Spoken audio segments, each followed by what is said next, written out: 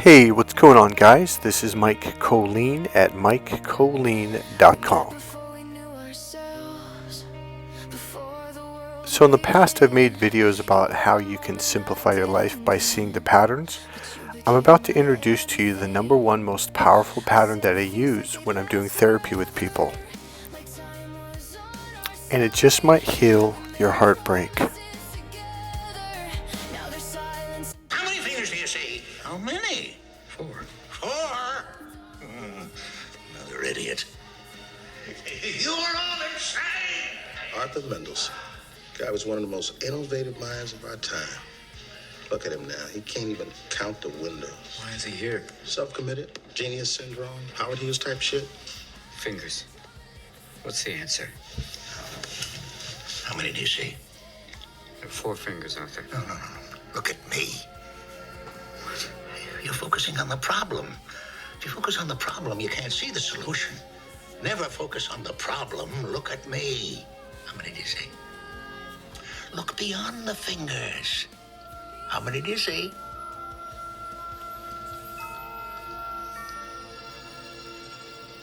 Eight. There's a hidden pattern in there which was revealed, and a lot of people miss it.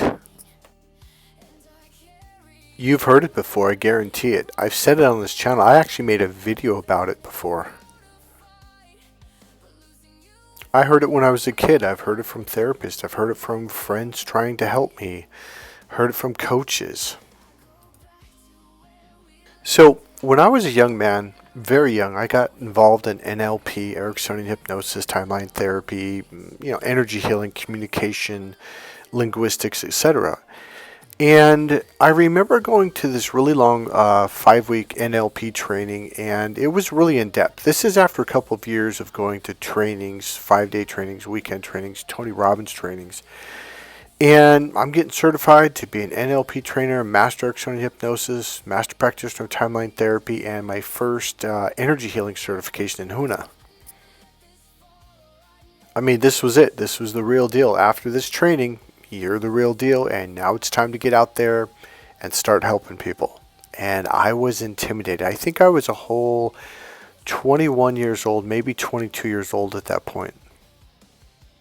And I've got doctors in psychology and psychiatry, they were mostly in the back room, but they're saying, man, I wish I would have learned this when I was your age. Man, this is the real deal. This is better than what they taught us in college, when I went to Berkeley or Brown or Harvard. And I'm just like, oh, okay. And, I understand. It's like, it was hard for me to believe is what I'm trying to say. And I was overwhelmed. There were so many techniques and so many concepts and so many understandings. And we went through this one section. It was towards the end of the training, because a lot of people were like, well, so what do we do with all these techniques? Where do we start? Where do we go? And there was a sense of like, what do we do with all this? Like, where do we go? So Dr. Tad James goes, and I actually have an answer. Turn to page, what's his face? And it had like this timeline kind of thing, this from point A to point Z, like from beginning, middle, end. And it had all these different like techniques for this, techniques for that. It had them categorized as you're going down step 1, step 2, or through the timeline of working with someone. There was, boxes above, below with the techniques inside. And it was so overwhelming. I'm looking at this going, oh. And so as he was going, hey, when you first meet with someone, you got to gain rapport. I'm like, yeah, okay. And then you got to do this, and then you got to do that. And for this, you do these questions. For this, you do those questions. And if anything, it was making me more overwhelmed. And I'm like, yeah, this isn't working for me. But some of the people, I'm going to say the adults, because they were much older than me. A lot of them were already life coaches and therapists and professional psychologists, etc. And they're like, oh. And I like 4th of July, ooh. And I'm sitting here going, oh, man, I'm not getting this. But then it happened. Somebody asked a question, and they were just as frustrated and scared and as confused as I was. And it goes, I don't get it. They were kind of pretty, not too loud, but they were scared, and they were sharing. It's like, I still don't get it, and blah, blah, blah. And so he goes, well, look, here's what's going to happen.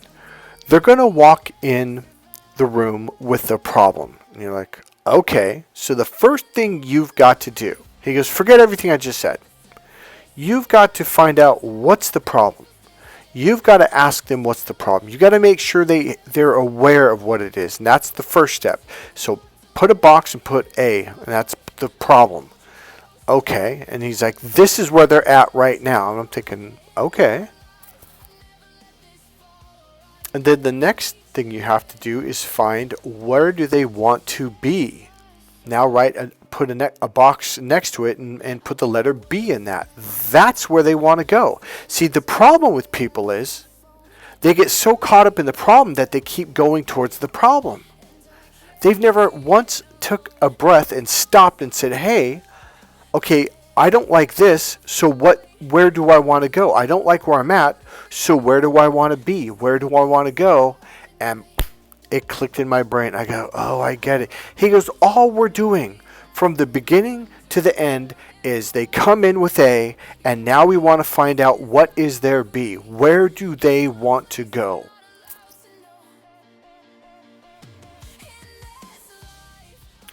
You know, you look at some of the most brilliant people on the planet like Elon Musk and you think, man, they're just so smart. No, they're not. They're aware of this pattern. This is the basic pattern of life. This is the most powerful pattern on the planet, period, end of sentence. This is the universal pattern. The problem is A. Now, what is the solution? Or what do we want? Or where do we want to be? B. That's it. All you need to do is go, okay, where am I at and where do I want to go? That's it. Done.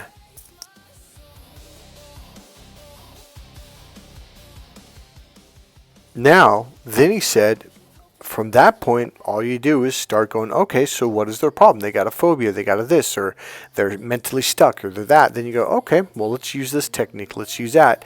And you're going to start understanding, like, okay, here they're at. Okay, I'm going to say it this way. This is the way it worked for me. All of a sudden, all the techniques fell into place. All of a sudden, it's like bloop, bloop, bloop, bloop, bloop. They all fell in order. They all fall in line. And now I know exactly what to do. All of a sudden, doing therapy with people was easy. All of a sudden, it was functional. All of a sudden, it was... what's the word? The whole shift was going from absolutely terrified and lost to, oh, I know what to do now. It just simplified everything. See, I went from thinking of hundreds and hundreds of techniques that we'd been learning over the last couple of years to, where do I start, to, oh, they walk in with a problem. That's A. They don't want to be there. Okay, so then where do they want to be? That's B. That's it. Done. Simple. Powerful. Direction. Cool guy glasses on. Pretty cool glasses, actually. They work really well. So the thing is, with me, with the work that I do, I have a bunch of techniques that I'm trained that I've practiced over and over and over and over for years, for decades. Elon Musk has engineering equations and thoughts and ideas and how do we do this and that. So he has his tools. A mechanic has his tools for his profession. Whatever here's the deal. I don't care if your problem is a personal problem, a relationship problem, a business problem. There's answers to it. If you just use this basic equation of A and B, where am I at and where would I rather be, or where do I want to go? Now, let's go back to that video with Robin Williams, and the guy goes, everyone's an idiot. And he goes, look past the fingers. He goes, you're looking at the problem. You'll never find the solution in the problem. And that's what they also taught us in the NLP training. They said, hey, you're looking at the problem. You need to look at the solution. You need to look at where you want to go, and then the answers will come. All right, I've shared this before. I'm going to say it again. You get what you focus on, so focus on what you want. Because when you focus on B, when you focus on what you want, it takes you in that direction. And you start seeing that. When you focus on what you don't want, it takes you in that direction. And you get more of that. Here's the typical, especially the first initial 1, 2, or 3 sessions I do with people, is they come in and they tell me all about the problem. They talk about the problem, they focus on the problem, And I'm like, well, how long have you been, talking to therapists about your problems? And they're like, oh, geez, for decades. I'm like, how well has that worked for you? And like, what do you talk? Because I'm trying to convince them, like, hey, focusing on the problem isn't going to get you what you want. Well, yeah, but you got to understand the problem. And you're right, I do have to understand the problem. But what happens is you get this, what's the word I'm looking for? Analysis paralysis. You think I've got to explain every little detail, every little thing. Like, yeah, I get it. You have a flat tire. So what we have to do is we got to take it to the car shop, and we either got to fix the flat or we have to put a new tire on. That's the solution. All of a sudden it becomes simple. They're like, no, you got to understand though, this has happened before. I'm like, I'm sure it has. It's happened to all of us. And what I notice is when I'm going down this road at this angle, at this speed, usually that's when I get the flat. But then there's other times when I get a flat when I'm on this other road. And sometimes I'm going at a different speed, but I notice at that time I'm doing this instead of that. And another time I'm on the highway and I'll be playing a certain radio station. And here's the deal. You're just randomly getting flats. All we need to do is fix the flat. But they never fix the flat because they're so concerned about figuring out, well, what happened and how did this happen? And, I got to go back to my childhood 100 times and relive this 1,000 times. We do something called timeline therapy, and I will take you back to memories. But the way we do it, the answer pops up. See, it's not to continually go back to the same memory over and over. It's to find the initial memory of this and to learn what you're supposed to learn. And then the answer pops up.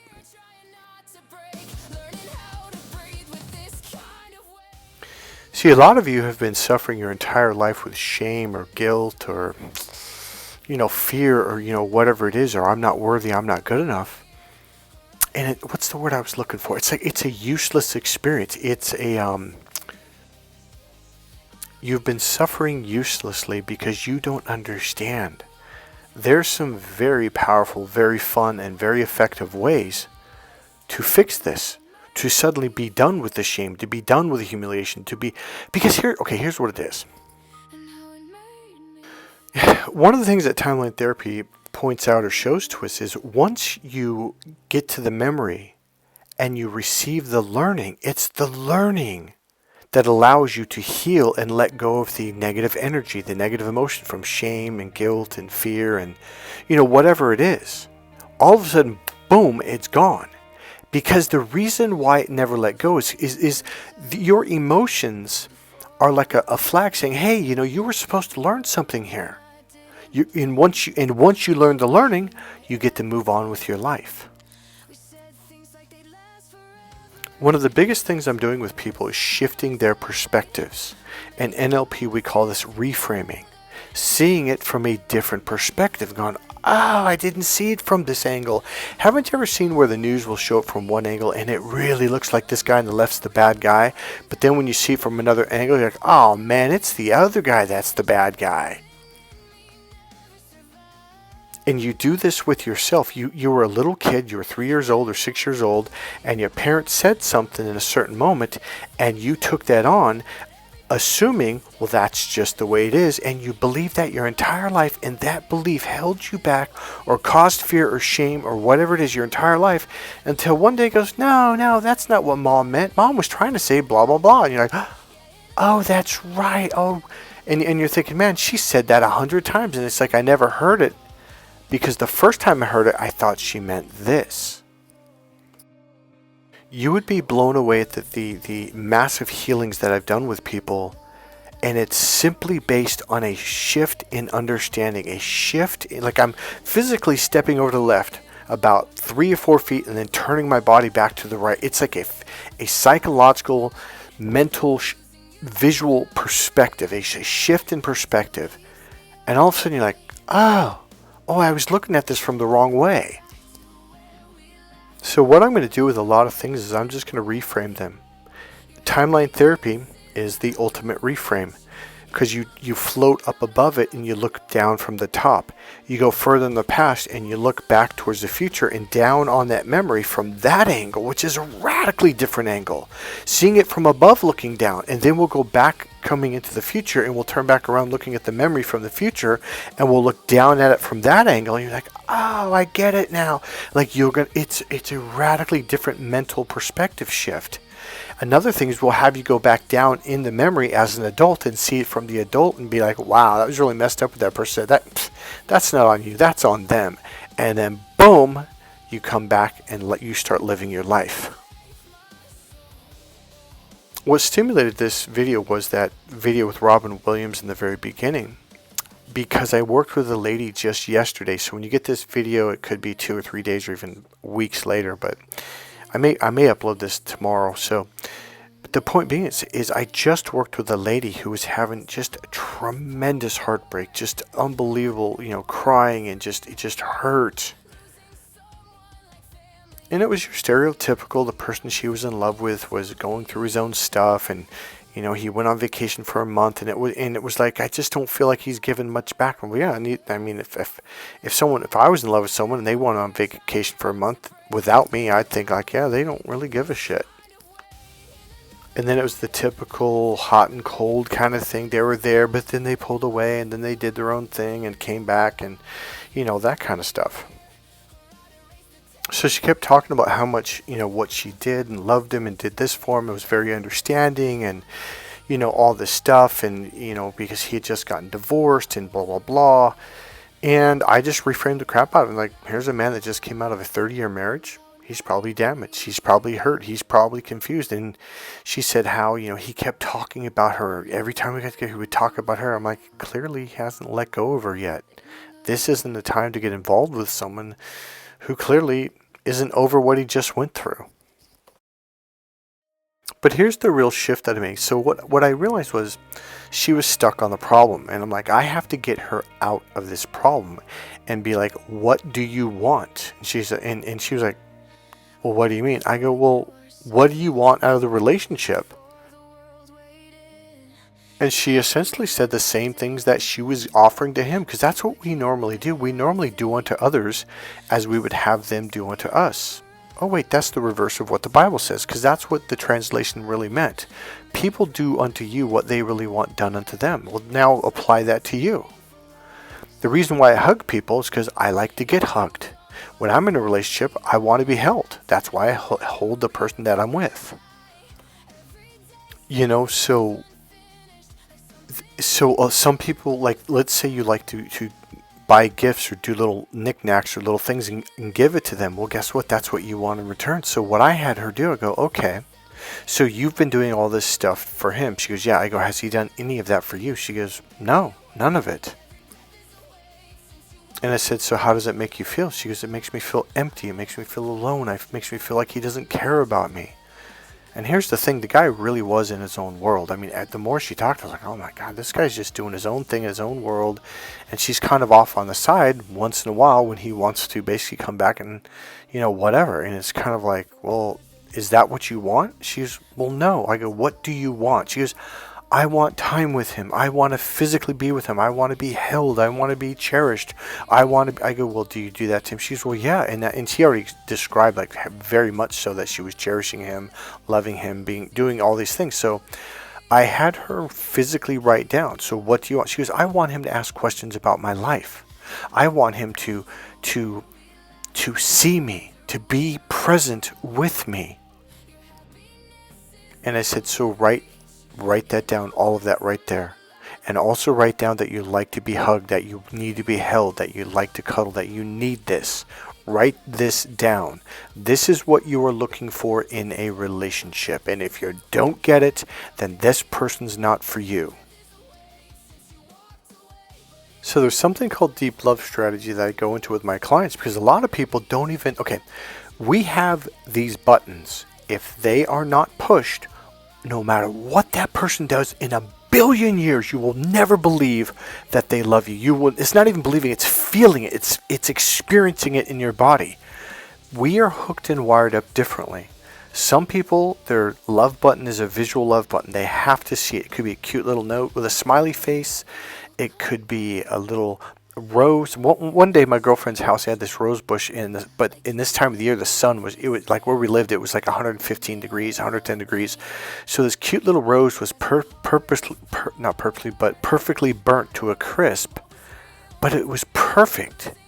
And I remember I rang a doorbell and I turned around and grabbed it real quick, and I held it behind my back, and it was a cute little rose, just a little tiny rose about 2 inches tall, maybe 3 inches tall, and about a half inch wide, and I just handed it to her and she just started to cry. Now, we had been having problems in this relationship because I always tried to hug her. And she was like, you don't love me. You never show me that you love me. I was like, oh shit, damn deep love strategy, Mike. You teach this to other people. Durr. And so when I went to her, and she even said, she goes, Michael, just even like pick a flower off a plant and just hand it to me when you come to my door. You know, it doesn't have to be an expensive dinner or a car or some expensive gift. Just show me. Here's the deal. If you don't know what your deep love strategy is, the button that you need to be pushed, you're screwed, because you're going to get with someone who doesn't match that button. So then there's auditory. You need to hear it. It could be I love you, cutie pie, sweetie, pumpkinhead. I used to call my goddaughter Pumpkinhead because it made her feel loved. She was an auditory person. So those people need to hear. It's a cute little name that you guys usually have, a little phrase, a little joke between you or whatever. Okay, but they need to hear it. Kinesthetic people need to feel it. You gotta hold their hand, you gotta lean on them, you gotta arm in arm, you gotta hug them, etc. Then there's time, and then there's acts of service. And then there's other things. Does he ask me about my life? Is he involved in this? Does he ask me about my work? Or, you know, like do they care about me? Do they show up when I need them? You know, stuff like that. Like, for some people, believe it or not, that's not important to them. But if it's important to you, write it down. What you do, though, is you assume, well, everyone knows that. No, not everyone knows that. That's the thing you don't understand.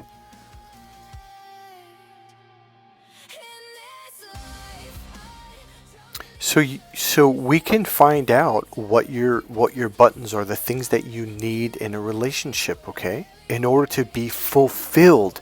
It's not like, well, he's going to meet the bare minimum. No. If they're doing the bare minimum shit, that's not, you'd be better off being alone. This is not about bare minimum. This is about fulfillment. This is about getting truly, deeply loved in a way that makes you happy.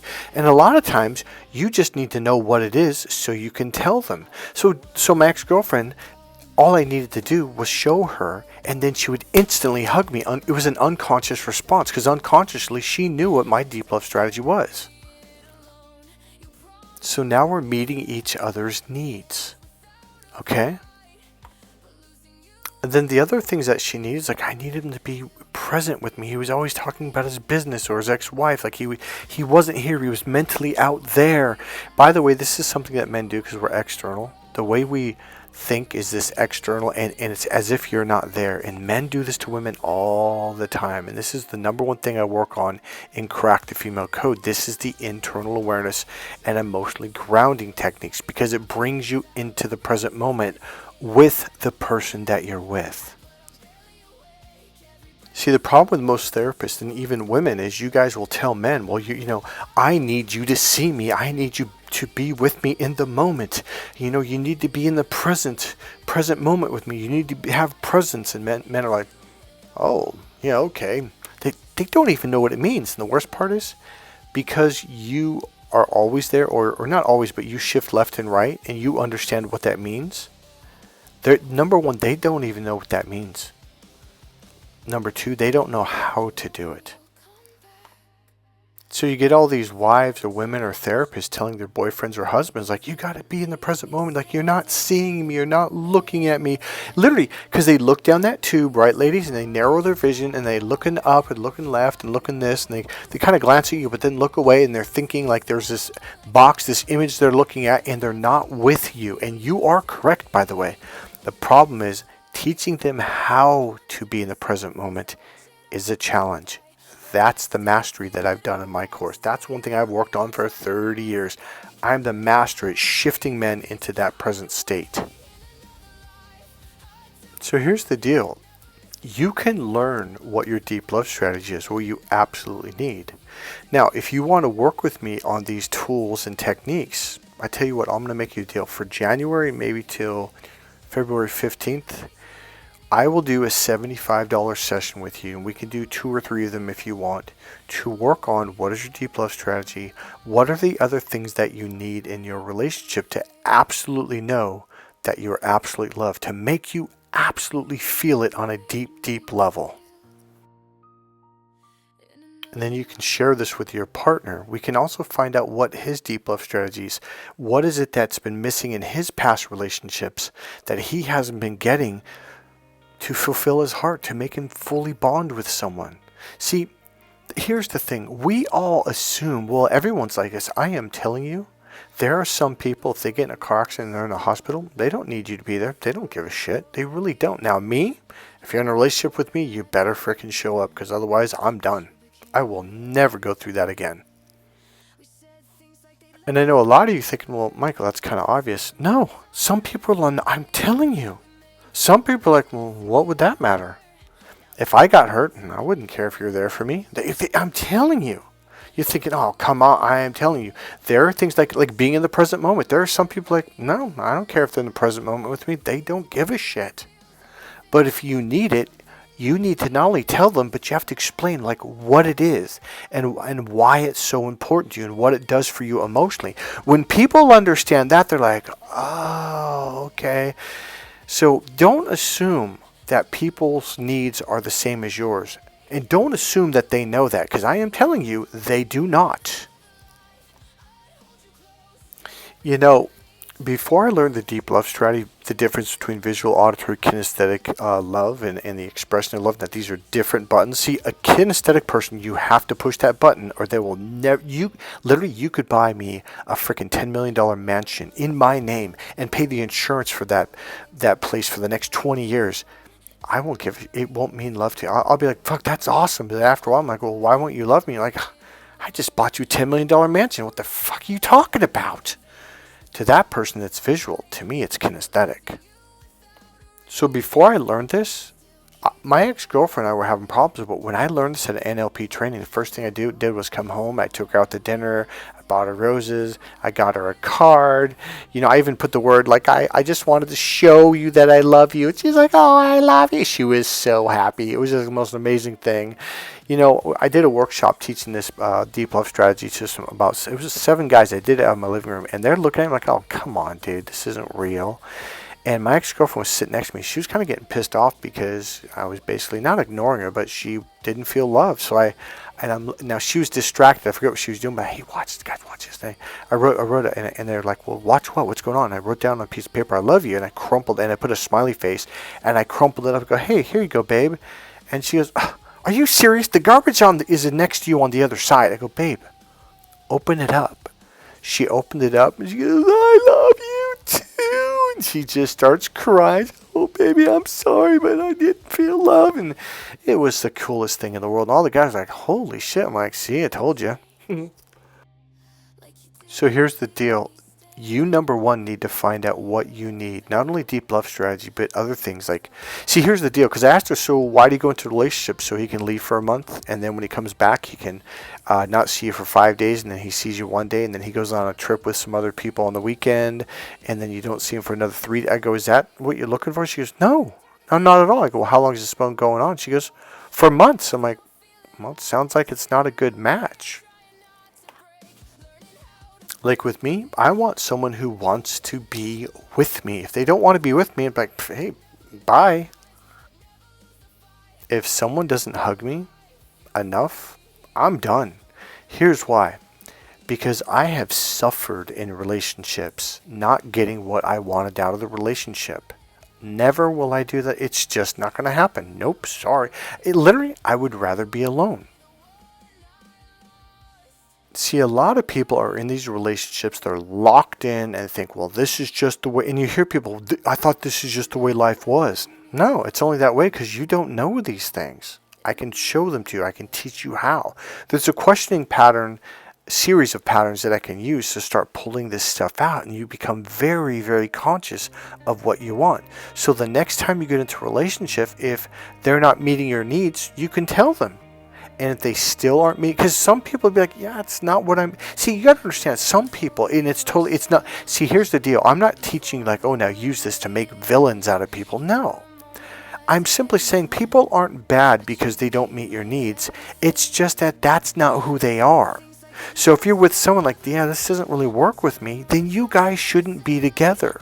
You're wasting your time with someone who's never going to meet your needs when you could leave that person and start meeting other people and find someone that meets your needs.